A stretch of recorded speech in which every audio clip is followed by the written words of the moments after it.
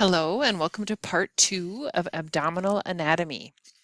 Let's begin part 2 by discussing the accessory organs of digestion. So I need you to know there are 3 accessory organs of digestion. And what accessory organ means is that they are outside of the digestive tract, so food and fluids do not pass through them, but they aid in digestion via the materials they secrete into the digestive tract. The 3 accessory organs of digestion are the liver, the pancreas, and the gallbladder. Let's talk about the pancreas first. The pancreas is an elongated gland, which you can see here, that is located behind the stomach or posterior to the stomach. The head of the pancreas sits in the C-loop of the duodenum. So this is the head of the pancreas, and you can imagine the C-loop of the duodenum kind of curving around it. And the head of the pancreas sitting in the C-loop of the duodenum is often referred to as the romance of the abdomen, if that helps you remember. So head is here, tail is here. The pancreas is part of the endocrine and exocrine system. So the pancreas produces certain hormones such as insulin, which help to regulate blood sugar, but the pancreas also produces large amounts of digestive juices that empty into the duodenum and aid in digestion. And we will study that in more detail next semester. So just know that the pancreas releases digestive enzymes into the duodenum that aid in digestion. Next, the liver. The liver is the largest solid organ in the body, occupying the majority of the right upper quadrant of the abdomen. The liver has numerous functions, but one of them that's important here for digestion is the production of bile. And bile helps to break down or emulsify fats. So in terms of or regarding digestion, please know that the liver produces bile, and bile helps break down or emulsify fats. Okay, the third is the gallbladder, and you can see that here. The liver, as we just discussed, produces bile, and bile helps to break down fats. But if bile isn't immediately needed by the body, it can be stored in the gallbladder. When bile is needed to break down fats in our duodenum, the gallbladder will contract and release that stored bile, again, into the duodenum. We typically don't see the gallbladder on X-ray without administering contrast first. And again, we'll study the gallbladder, the liver, and the pancreas in greater detail next semester. One other little fun tidbit for you, the term cholelithiasis refers to the presence of gallstones in the gallbladder. So maybe you know someone that's had gallstones. Well, the medical term for that is cholelithiasis. Okay, let's take a look at this cross-sectional image. So this was taken during a CT scan, and the patient was given oral contrast. And what's nice about this cross-sectional image is that it helps us demonstrate anatomic relationships of the digestive organs. And you can easily visualize the accessory organs as well, which are more difficult to visualize on plain X-ray. So notice this image was taken at the level of the 10th or 11th thoracic vertebrae.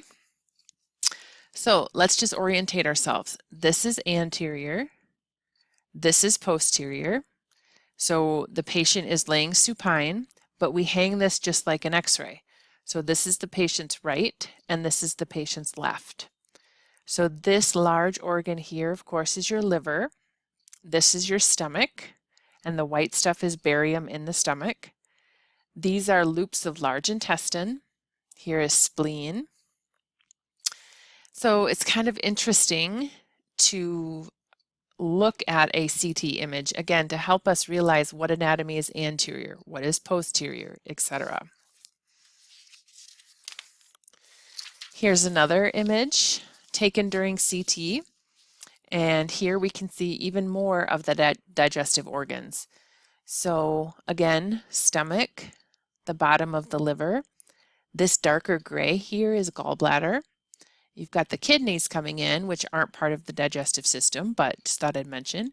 Here's the pancreas. You've got, again, parts of the colon. So very helpful in visualizing digestive anatomy. Let's take a look next at the urinary system. Now, we are not studying the urinary system right now, but it's worth mentioning because most of the organs in the urinary system are found within the abdominal cavity. And we can at times see parts of the urinary system on our abdominal radiographs. Much like the liver, the gallbladder, and the pancreas, we will discuss the urinary system in greater detail next semester. So the urinary system is comprised of 2 kidneys, 2 ureters, 1 bladder, and 1 urethra, which you can see on the diagram here. Kidneys, ureter, bladder, and urethra.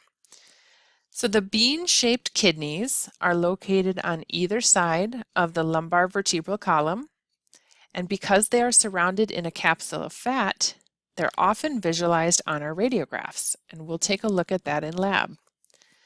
The right kidney is usually situated a little more inferior than the left kidney because of the presence of the liver.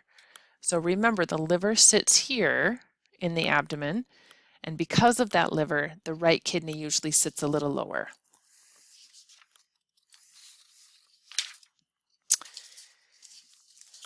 Again, on a plain X-ray of the abdomen, the kidneys typically can be faintly seen because they are surrounded by a fatty capsule. This is an image of an intravenous urogram, or an IVU. And in this exam, the patient is given IV contrast, and the contrast is filtered from the blood flow by the kidneys. Again, this is an exam that we'll learn more next semester, but it's kind of interesting again to look at the anatomy with contrast in it. So A is pointing to the left kidney. So can you kind of see this rounded bottom here? This is the left kidney, kind of comes up here, and we're missing the top of the left kidney. B is the left ureter. C is the distal left ureter, where it's entering the bladder. D is the bladder, this round thing right here, and you can see there's contrast beginning to empty into the bladder. And then E is pointing to the right kidney, and you can see this, kind of follow my mouse, this is the right kidney here. So because the kidneys are posterior structures, if there is a lot of stool in front of the kidneys, it can make it difficult to see. But in this case, they're visualized very nicely. And here's just another CT image for you. This one is taken at the level of the 2nd or 3rd lumbar vertebrae, L2, L3. So again, notice this is anterior, this is posterior, and that knowing anterior and posterior should be able to help you identify anatomy. So what I would encourage you to do here is pause, see how much of this anatomy you can label or identify, and then the key for this is actually in your textbook. So that is my challenge for you. Pause here, see what you can label, and then check your work in your textbook.